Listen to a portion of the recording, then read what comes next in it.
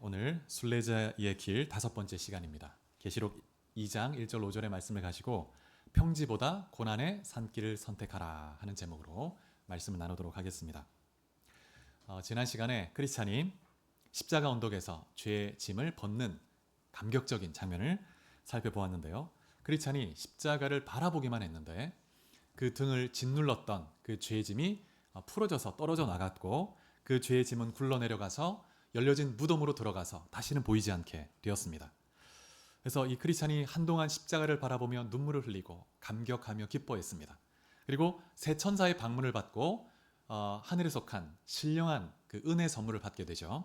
첫 번째 선물은 죄 사함의 선언이었고, 두 번째 선물은 누더기 같은 옷을 이제 벗기고 새로운 예수 그리스도의 의를 상징하는 새 옷을 선물로 받았습니다. 그리고 세 번째 천사는 크리스찬의 이마에 인을 치는 거죠. 도장을 찍어서 이제 성령을 주심으로 하나님의 소유가 됐음을 확증하는 것을 볼 수가 있었습니다.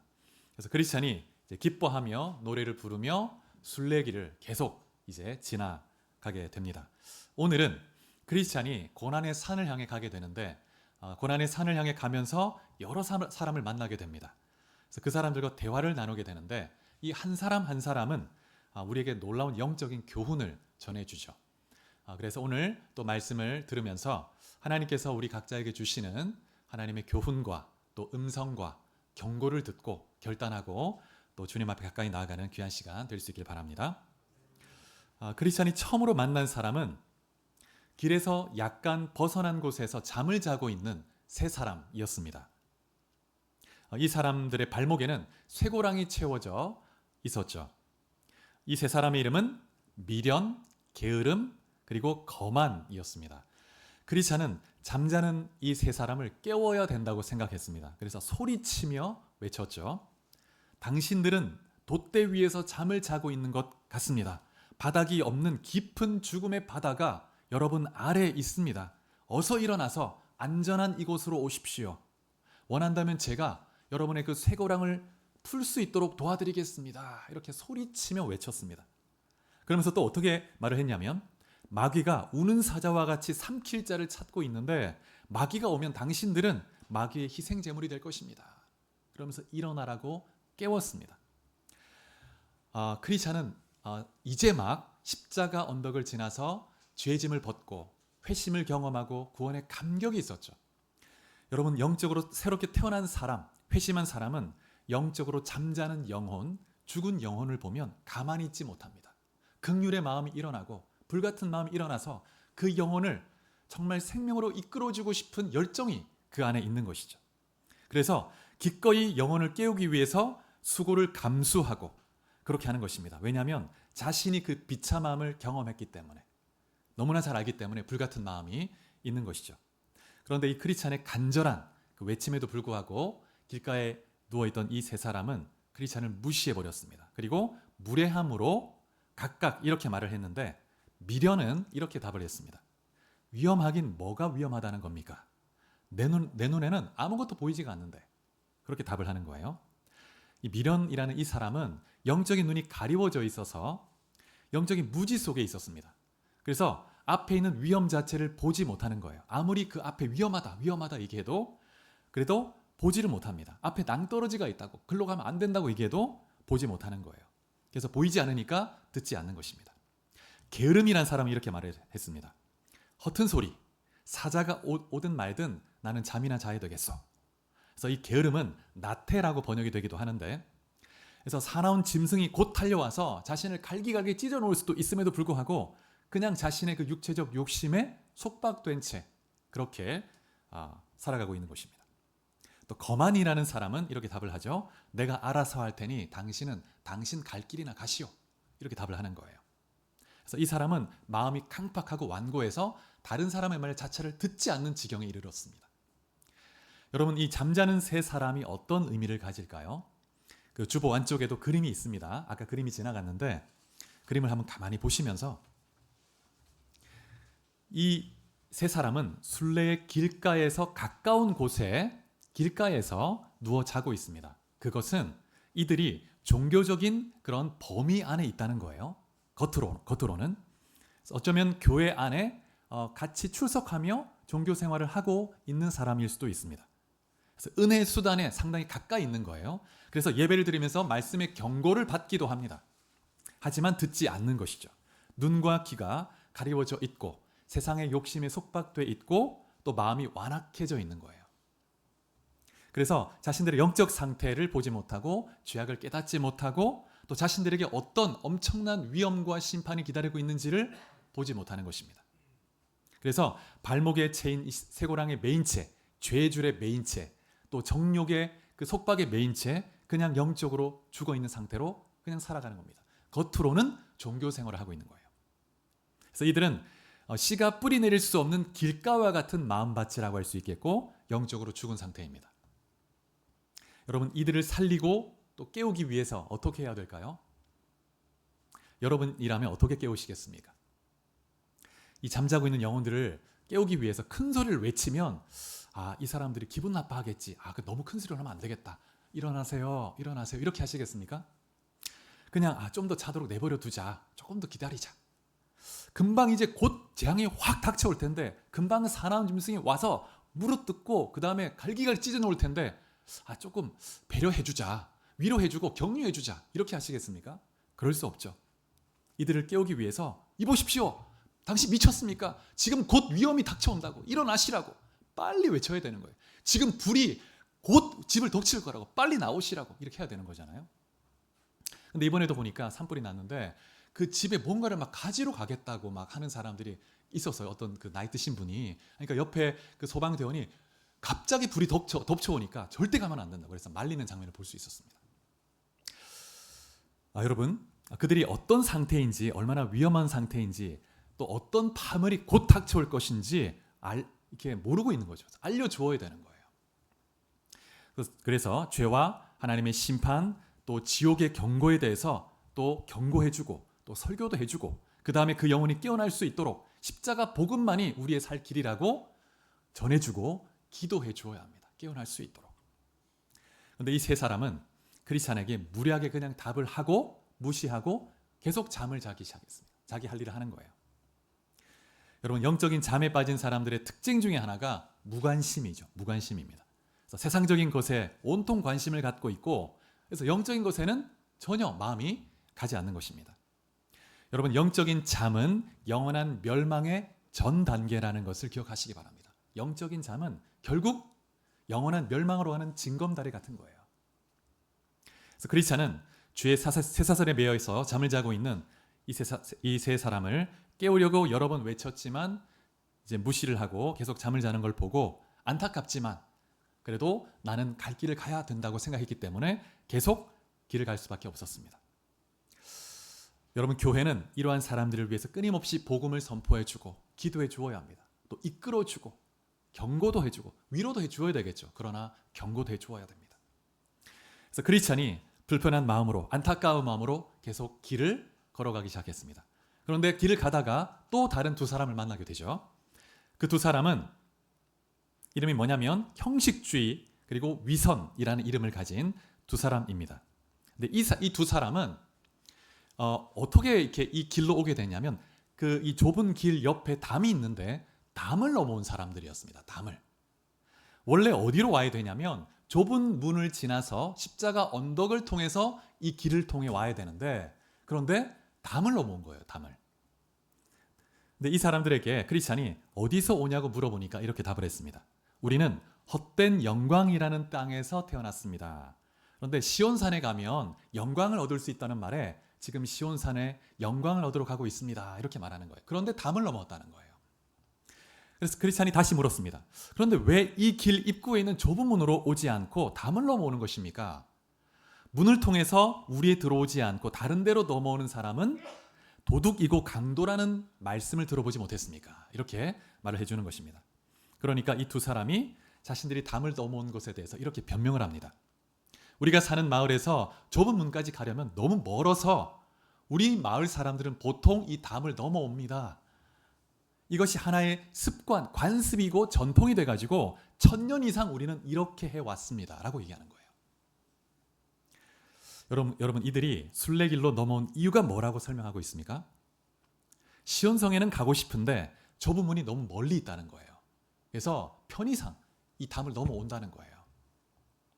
그래서 시온성의 영광을 얻으려고 했다면 이들이 멀리 걸어가야 되는 수고를 감수하더라도 하나님의 방법대로 좁은 문으로 가서 그 문을 통해 들어와서 그 다음에 십자가 언덕을 반드시 지나왔어야 됐습니다. 그런데 그냥 담을 넘어왔다는 것은 이들이 참된 순례자가 아니라는 것이죠. 이들은 단지 세상적 이익과 자신의 영광을 구하기 위해서 그냥 오고 있는 것입니다. 담을 넘어온 것이죠. 그래서 반드시 좁은 문을 통해서 이 길로 들어와야 되고 십자가 언덕을 통해서 와야만 참된 그리스도인이고 참된 믿음을 가진 사람들입니다. 그래서 이들은 회개하지 않았고 그 다음에 십자가 은혜를 체험하지 않았고 믿음이 없는 사람들인 거예요.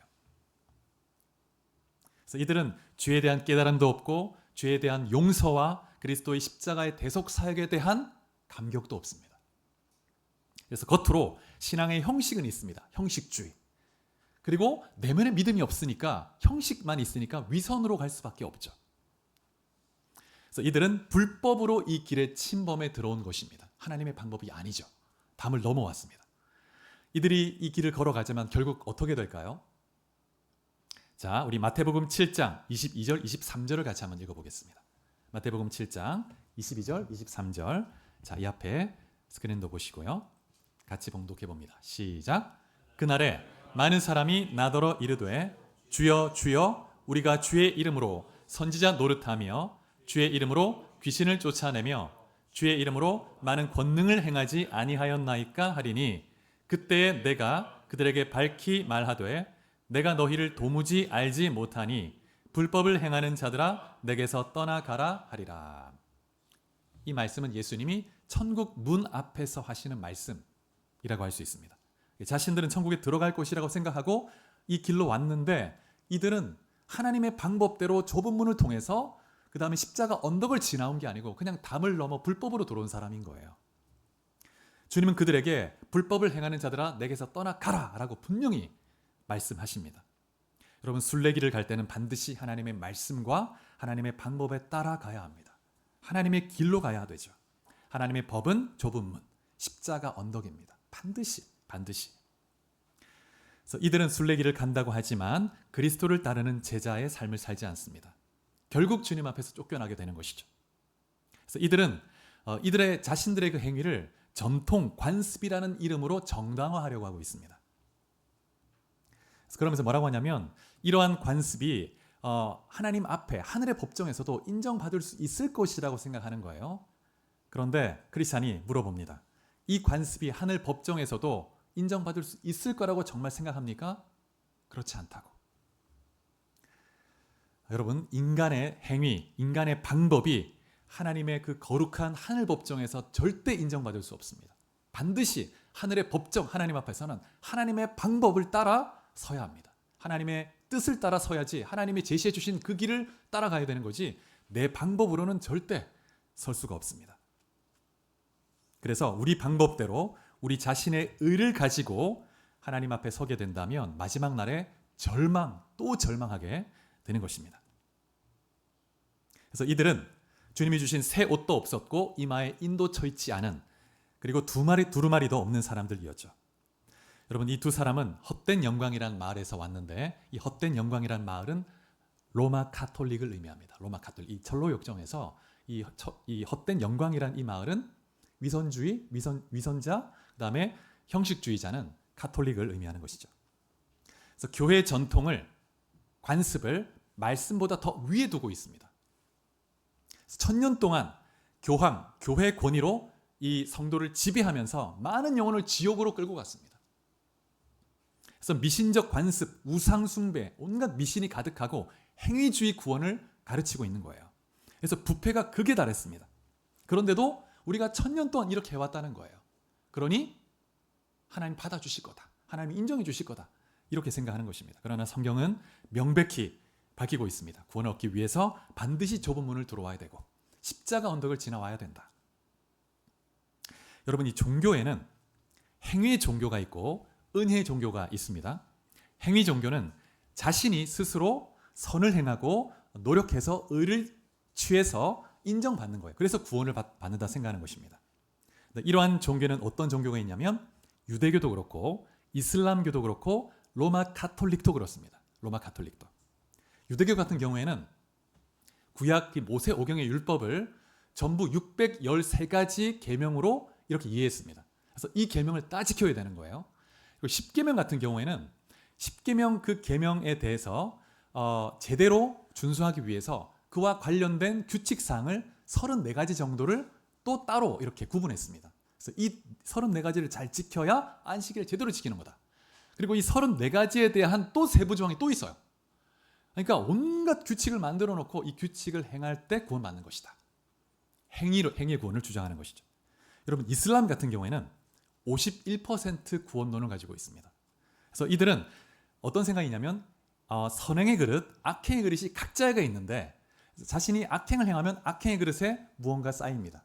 선행을 행하면 선행의 그릇에 선행이 쌓이는 거예요. 그런데 이제 알라 앞에 섰을 때 이 두 개 그릇이 이 선행의 그릇이 51% 정도, 1%라도 많아야 구원받는다는 거예요.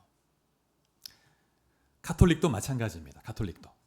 기독교와 비슷해 보이지만 그래서 어떤 사람은 가톨릭은 큰 집, 개신교는 작은 집 표현하지만 전혀 다른 종교의 범주에 넣어야 합니다. 가톨릭은. 그래서 신론, 인간론, 구원론이 완전히 다른 종교입니다. 가톨릭은 우상을 숭배하고 있고 행위 구원론을 주장하고 있죠. 그러나 여러분 우리 교회는 은혜의 종교입니다. 은혜. 다른 모든 종교가 인간의 행위를 강조하지만 교회는 하나님의 은혜를 강조하죠. 하나님이 모든 것을 다 하셨고 선물로 우리에게 주셨다는 거예요. 이것이 은혜입니다. 그래서 이 은혜가 너무 크고 감사해서 그 감사의 표현으로 선행을 하는 거예요. 다른 종교에서는 의무로서 구원받기 위해 행위를 하지만 우리는 은혜를 경험했기 때문에 감사로 선행을 하는 것입니다. 여러분 이 의무의 윤리와 감사의 윤리는 완전히 다른 것입니다. 의무의 윤리는 한계가 있습니다. 언젠가 넘어져요. 감사의 윤리는 기쁨이 넘치고 더 역동적인 힘이 있습니다. 그래서 은혜 없이는 구원을 얻을 수가 없죠. 십자가에서 피 흘려 죽으신 그 주님의 은혜가 우리 가운데 가득할 때 그 은혜 안에서 우리는 믿음의 길을 넉넉히 승리하며 시온성까지 갈 수 있는 줄 믿으시기 바랍니다. 자, 이후에 크리스찬이 이 사람들에 대해서 같이 대화가 되지 않습니다. 그래서 더 빨리 지나가야 되겠다 생각해서 더 빠른 걸음으로 이 사람들을 지나서 길을 가기 시작했습니다. 그래서 이제 이후에 크리스찬이 이른 곳이 어디냐면 고난의 산 앞에 이르게 되었습니다.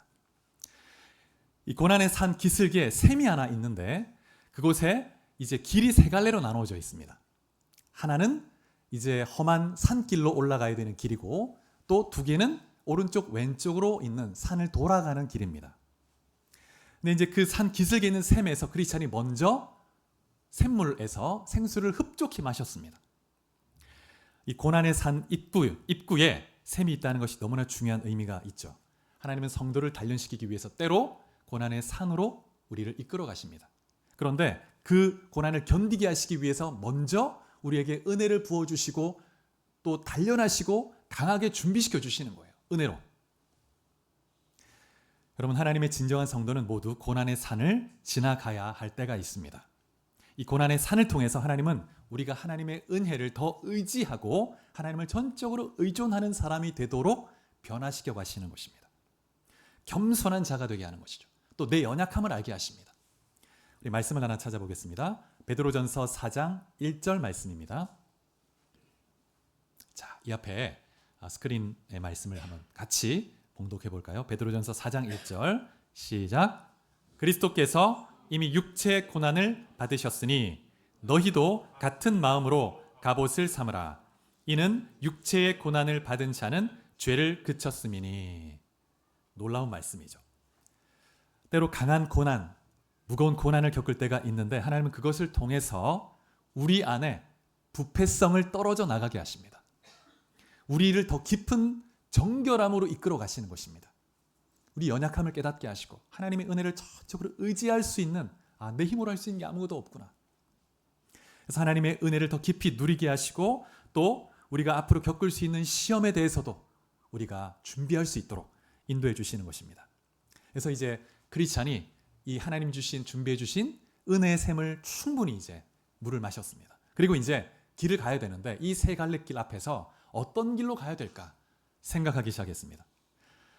근데 이제 이 산 옆으로 오른쪽 왼쪽 길은 이제 평지 길이니까 수월하게 산 너머로 갈 수 있을 겁니다. 근데 산을 넘어가려면 이 길은 험하고 힘든 그런 길이 될 수 있습니다. 그런데 크리스찬은 이 좁은 길, 왕의 대로로 산으로 올라가기로 결정을 하죠. 우리 말씀을 하나 더 보겠습니다. 히브리서 11장 25절입니다. 히브리서 11장 25절. 자, 이 앞에 말씀이 있습니다. 시작. 도리어 하나님의 백성과 함께 고난받기를 잠시 죄악의 낙을 누리는 것보다 더 좋아하고. 이 말씀은 모세에 대한 말씀입니다. 모세가 어떤 믿음으로 살았는가? 애굽의 왕자로 부와 명예를 누릴 수 있었습니다. 그런데 그는 하나님의 백성을 인도하는 하나님의 종으로 자신의 삶을 들여서 그 삶을 선택해 나갔다는 거예요.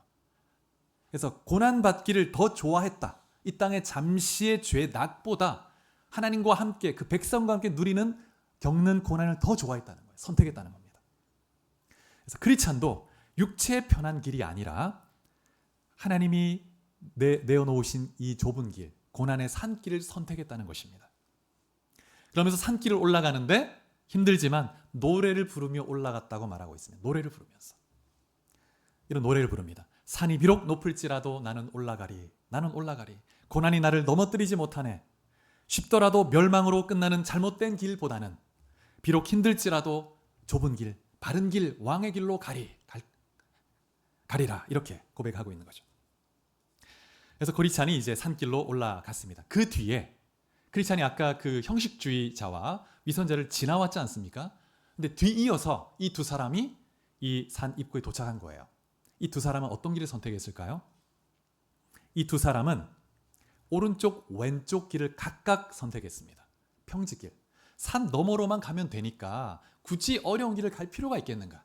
이 사람들은 어차피 좁은 문으로 가기가 너무 머니까 담을 넘어온 사람들이기 때문에 불법적 방법, 자신의 인간적 생각을 따라 이렇게 온 사람들이기 때문에 쉬운 길을 갈 수밖에 없죠. 하나님이 내어놓으신 그 어려운 길을 가기를 힘들어하는 거예요. 그래서 하나님은 참된 그리스도인과 가짜 그리스도인을 구별하기 위해서 때로 고난이라는 것을 아주 요긴하게 사용하십니다. 고난을 통해서 여지없이 드러나는 거죠. 그래서 이 형식주의자, 위선자가 각각 오른쪽 왼쪽 길을 선택했는데 오른쪽 길의 이름이 있습니다. 오른쪽 길은 위험이고 왼쪽 길은 멸망입니다. 멸망.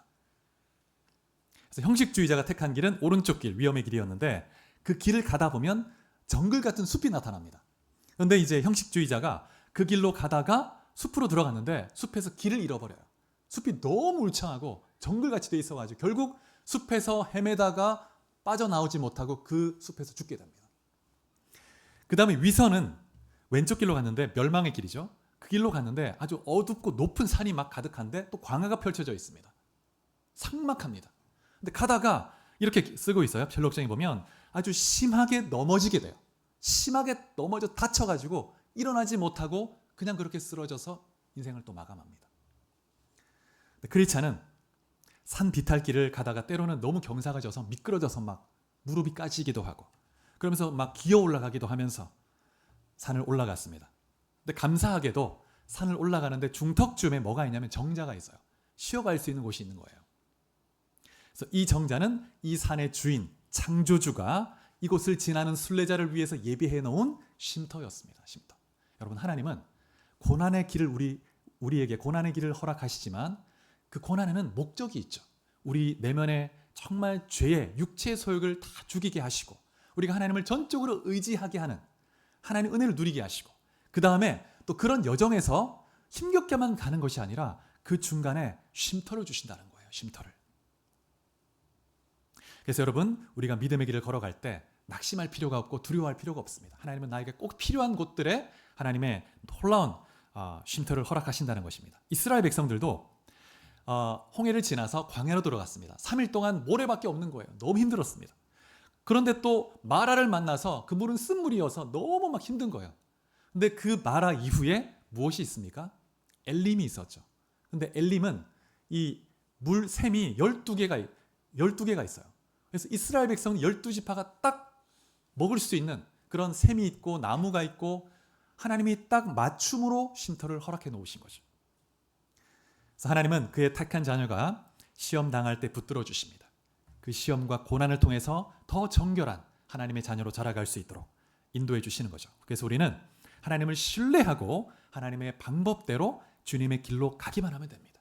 그게 어려워 보여도 그게 더 좋은 길이고 지혜로운 길이고 축복의 길이 되는 것입니다. 그래서 당장 눈앞에 편한 길이 아니라 오히려 하나님 말씀에 따라 고난의 산을 올라갈 때 우리는 하나님의 무한한 은혜와 복을 누리게 되는 것입니다. 그래서 이제 크리스찬이 이 정자에서 산 중턱에서 쉼을 갖게 됩니다. 그러면서 이제 두루마리를 꺼내서 읽기 시작합니다. 그러면서 큰 위로도 받고 힘도 얻고 그리고 주님이 주신 이 새 옷을 딱 만지작거리면서 또 위로를 얻고 힘을 얻었습니다. 그런데 이제 잠시 쉬려고 누웠는데 잠이 든 거예요. 근데 잠시 잠을 자려고 했는데 그만 너무 깊이 잠이 들어가지고 밤까지 잠이 들어버린 겁니다. 그러면서 잠을 자는 동안 손이 쥐고 있던 이 두루마리를 떨어뜨려 버립니다. 잃어버려요. 근데 그걸 모르죠. 잠자다가 떨어뜨렸으니까. 근데 잠을 한참 자고 있는데 근데 누군가 잠을 깨우고 있습니다. 뭐라고 하냐면 게으른 자여 개미에게 가서 그가 하는 것을 보고 지혜를 얻으라. 일어나라. 누가 깨우는 거예요. 게으른 자여 일어나라. 크리스찬이 깜짝 놀라가지고 일어납니다. 그리고 벌떡 일어나서 벌써 잠이 되었네. 그러면서 서둘러서 산을 막 올라가는 거예요. 근데 이 크리스찬의 모습을 보면 이전에 길가에서 자고 있었던 세 사람의 그 잠든 사람과 대조가 되죠. 그 사람들은 아무리 깨우려고 해도 딱 눈을 떴다가 막 무시하고 무리하게 그냥 말하고 그냥 잠을 자버렸습니다. 크리스찬은 누가 깨웠을 때 즉시로 깨닫고 내가 이러면 안 되지. 일어나서 길을 갔다는 거예요. 여러분 하나님의 은혜가 그 안에 있는 사람은 성령께서 그 안에 일하고 계십니다. 성령께서 깨닫게 하시고 일깨우실 때 일어나서 성령님의 인도하심을 따라가게 되죠. 주의 길로 가게 하시는 것입니다. 여러분 영적인 게으름은 항상 우리를 죄에 취약하게 만들죠. 그래서 성령께서 우리를 일깨우십니다. 일어나라, 일어나라. 믿음의 길을 걸어가라, 걸어가라. 이곳에서 정체에 있지 마라. 그래서 우리가 하나님의 뜻 가운데 늘 깨어서 걸어가지 않으면 때로 우리가 정체되고 나태함에 빠져있게 될 때 영적인 축복을 잃어버리고 그리고 육의 열매를 거두기 시작하게 됩니다. 그래서 크리스찬은 잠시 쉬었다 가야 할 그곳에서 너무 깊은 잠에 빠져버린 거예요. 밤이 되어버렸습니다. 근데 무엇보다 두루마리를 잃어버려요. 두루마리. 그때는 몰랐습니다. 이 두루마리는 여러 가지 의미가 있는데 말씀, 생명의 말씀을 의미합니다. 여러분 오늘 이 순례의 과정에서는 잠을 자는 것에 대해서 영적인 잠에 대해서 많이 교훈하고 있습니다. 여러분 자신을 돌아보시기 바랍니다. 나는 영적인 잠에 빠져있지 않는가? 그렇다면 다시 일어나서 깨어나서 믿음의 길을 여러분 걸어갈 수 있기를 축복합니다. 그래서 순례길을 걷다 보면 때로 지치기도 하지만 하나님은 그때 우리에게 적절하게 쉼터를 허락해 주십니다. 그러니 주님을 신뢰하고 믿음으로 걸어가면 반드시 승리할 것입니다. 그래서 두루마리를 잃어버렸다는 것은 은혜의 수단에서 멀어졌다는 거예요. 그리고 구원의 확신까지 잃어버리고. 그래서 크리스찬이 산 꼭대기에 이제 이르게 됩니다. 밤에 늦게 이제 잠이 깨어서 올라간 거예요. 근데 그곳에서 또 크리스찬이 또 다른 두 사람을 만나게 됩니다. 이 두 사람은 크리스찬이 가는 그 방향에서 되돌아오고 있었습니다. 이 사람들의 이름 뭐냐면 두 사람인데 하나는 겁쟁이고 하나는 의심이었습니다. 겁쟁이와 의심이 되돌아오고 있는 거예요. 이 길을 가다가 무언가 앞에 어려운 일이 있었던 거죠. 그래서 크리스찬이 물어봅니다. 선생님 어떤 일이 있었습니까? 겁쟁이가 이렇게 답을 합니다. 겁쟁이가 우리는 시온성으로 가는 중이었는데 위험한 장소를 만나게 됐습니다. 근데 앞으로 더 가다가는 큰 어려움을 만날 것이 분명해 보였기 때문에 이건 안 되겠다. 다시 돌아가야 되겠다고 생각했다는 거예요. 그러자 의심이 맞장구를 치면서 이렇게 답을 했습니다. 맞아요. 우리 앞에 사자 2마리가 누워 있었습니다. 잠을 자고 있는지 깨어 있는지 알 수가 없었어요. 그리고 가까이 접근하면 사자가 우리를 막 갈기갈기 찢을 듯이 그렇게 할 것 같아서 도저히 갈 수가 없었다고. 그렇게 말을 하고는 되돌아와서 산 아래로 내려가 버렸습니다. 너무 위험한 그런 무서운 상황을 만나서 순례길을 포기해 버린 것입니다. 그래서 이 두 사람의 말을 들으니까 크리스찬이 갑자기 어떻게 했습니까? 겁이 덜컥 나는 거죠. 야, 이 길로 갈 수 있을까? 그런데 또 돌아가자니 야, 멸망의 성 그곳에 또 하나님의 엄중한 심판이 있을 텐데 그곳에 가면 나도 멸망할 텐데 그럴 수는 없고 위험을 무릅쓰고라도 내가 이 길을 끝까지 가야 돼 라고 결단하고 다시 그 길로 간 것입니다. 그래서 죽음의 두려움이 있지만 위험이 있지만 그 너머에 있는 시온성의 영원한 생명과 영광을 사모하며 간 것입니다. 그래서 이제 그 길을 계속 걸어가기 시작합니다. 그래서 이 두 사람의 말이 생각나서 두려운 마음이 있어서 내가 힘을 내야지. 두루마리를 꺼내서 읽어야지. 두루마리를 찾았는데 어떻게 됐습니까? 두루마리가 없잖아요. 그래서 깜짝 놀랍니다. 패닉에 빠집니다. 두려움에 빠져요. 어떡하지? 이게 없으면 내가 이 시온성에도 들어갈 수 없는데? 그러면서 이걸 찾기 시작합니다. 그러면서 어디서 잃어버렸을까 내가 막 그러면서 찾기 시작합니다. 그러면서 왔던 길을 다시 돌아가는 거예요. 돌아가는 겁니다. 크리스찬이 그래서 그 자리에 먼저 무릎을 꿇고 자신의 어리석음을 회개하고 그 다음에 한숨을 쉬며 자책하면서 왔던 길을 돌아가기 시작합니다. 그러면서 산 중턱의 정자까지 다시 오게 된 거예요. 그곳에 와서 다시 통곡하며 울기 시작합니다. 회개합니다. 이렇게 말합니다. 가엾은 인생아, 대낮에 잠을 자다니, 어려움의 한가운데서 잠을 자다니, 순례자들을 위로하고자 주께서 세우신 이 안식처에서 내 육신의 만족과 편안함을 위해서 시간을 허비하다니 얼마나 어리석은가, 얼마나 많은 걸음을 헛되이 걸어야 했는가, 이렇게 자책하면서 회개하며 눈물로 기도했습니다. 여러분, 진정한 회개에는 죄에 대한 애통함이 있고 눈물이 따라오죠. 진정한 회개는 애통함이 있습니다. 애통함이. 크리스찬이 애통하며 회개하며 눈물로 기도하기 시작했습니다. 여러분, 이 하나님은 우리가 이 죄의 결과로서 고통을 느끼게 하시는데 이 고통을 통해서 다시는 그 죄에 빠지지 않도록 우리를 교훈하십니다. 사무엘하 한번 찾아보겠습니다. 사무엘하 12장 13절 14절. 제가 이제 준비를 했는데요. 이 앞에 스크린에 있습니다. 같이 한번 봉독해 보겠습니다. 시작. 다윗이 나단에게 이르되 내가 여호와께 죄를 범하였노라 하매 나단이 다윗에게 말하되 여호와께서도 당신의 죄를 사하셨나니 당신이 죽지 아니하려니와 이 일로 말미암아 여호와의 원수가 크게 비방할 거리를 얻게 하였으니 당신이 낳은 아이가 반드시 죽으리이다 하고. 이 말씀은 다윗이 밧세바와 간음의 죄를 범하고 우리아를 살해하고 그 이후에 자신은 그냥 아무도 모르겠지 하고 그냥 그렇게 눈을 감고 있었는데 나단 선지자를 통해 하나님이 책망하셨죠. 이때 회개하고 돌이켰습니다. 하나님 앞에 정말 통회하며 회개하며 자복했죠. 그때 이제 나단을 통해서 하나님이 당신의 죄를 사하셨다고 죄 사함을 선언하셨습니다. 그럼에도 불구하고 하나님은 죄를 사하셨지만 이 다윗이 간절히 기도했음에도 불구하고 그 아이를 그냥 죽게 하십니다. 죽이세요.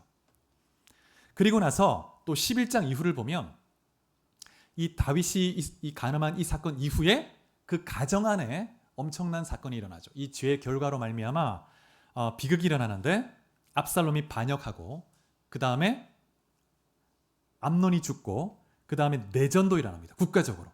그래서 이 다윗의 죄로 말미암아 이 다윗이 이 죄의 결과로 엄청난 고통, 가정적으로, 개인적으로, 국가적으로 고통을 겪어요. 하나님이 이미 죄를 사하셨지만 다윗으로 하여금 그 죄의 결과로서 고통을 깊이 느끼게 하십니다. 다윗이 다시는 그 죄에 빠지지 않도록 하기 위해서 경고하시고 훈련하시고 징계하시는 것이죠.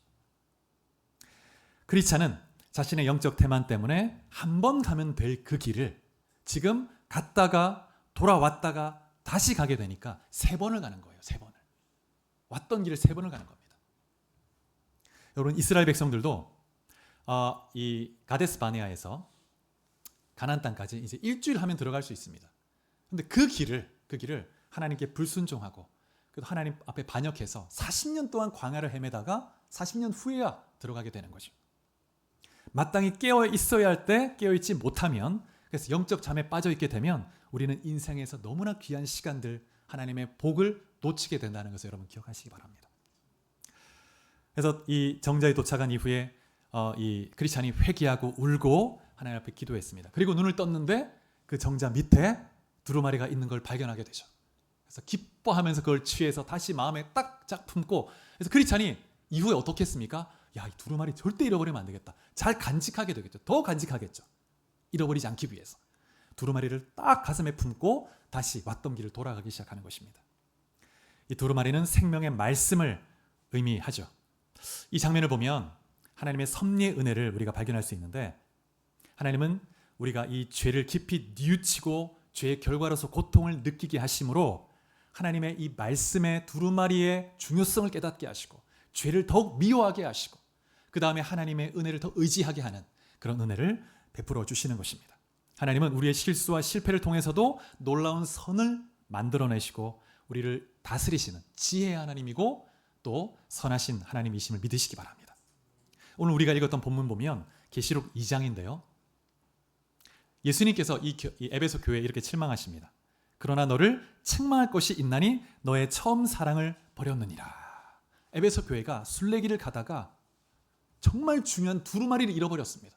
어딘가 놓고 온 거예요. 주님을 향한 첫사랑, 성도를 향한 첫사랑, 이웃을 향한 첫사랑, 이 처음 사랑을 어딘가 두고 온 거예요. 여러분, 신부가 신랑에 대한 가장 중요한 것, 신랑에 대한 사랑이죠. 사랑. 근데 그 사랑을 잃어버렸다고 표현하고 있습니다. 주님이. 근데 오늘 본문에 보면 5절에 보면 4절 5절에 보면 어떻게 그 잃어버린 것을 다시 찾을 수 있는지, 사랑을 회복할 수 있는지 말씀하고 있습니다. 첫 번째 단계는 기억하라는 것입니다. Remember입니다. Remember. 어디서 떨어졌는지 돌아보라는 거예요. 주님과 뜨거운 사랑의 교제를 가졌던 그때를 다시 돌아보고 그때로 돌아가야 됩니다. 길을 돌아가야 돼요. 언제부터 왜 내가 잃어버리기 시작했지 이거를. 그리고 회개하고, 두 번째 단계는 회개하는 것입니다. 회개. Repent. 정말 성령께서 내게 보여주시는 그 죄를 정말 인정하고 시인하며 고백하고 시인하고 통회하고 자복할 때 우리 죄를 사하시고 그 죄에서 우리를 자유케 해주시는 것이죠. 그리고 세 번째 단계는 다시 시작하는 건데 영어로 하면 resume입니다. 첫 번째 remember, repent, resume 하는 거예요. 다시 처음 행위를 가지는 것입니다. 잃어버렸던 것을 다시 찾아서 다시 하는 거예요. 그래서 우리가 왔던 길 실수 없이 끝까지 잘 가면 좋지만 실수로 무언가 놓치고 와서 돌아갔다면 돌아가야 됩니다. 그걸 반드시 찾아야 돼요. 그래서 주님과 함께 동행할 수 있는 것이죠. 여러분 자신을 돌아보시기 바랍니다. 내가 주님을 향한 그 처음 사랑 혹시 잃어버린 채 그냥 길을 가고 있지 않는가? 주님은 그 처음 사랑을 다시 회복하라고 말씀하시는 것이죠. 여러분 한 분 한 분이 아무리 힘들고 어려운 이 순례길이라고 할지라도 주님이 여러분과 함께 하십니다. 주님을 뜨겁게 사랑하며 주님의 말씀을 따라가면 주님은 여러분에게 꼭 필요한 쉼터를 통해서 쉬게 하시고, 때로 내가 넘어져도 그 넘어지는 그 죄, 실패를 통해서도 우리를 단련하시고 성장하게 하시고 이끌어 가시는 놀라운 주님이십니다. 그 주님과 함께 동행하며 승리하는 여러분들 되시길 주의 이름으로 축복합니다. 같이 기도하시겠습니다. 오늘 말씀을 생각하며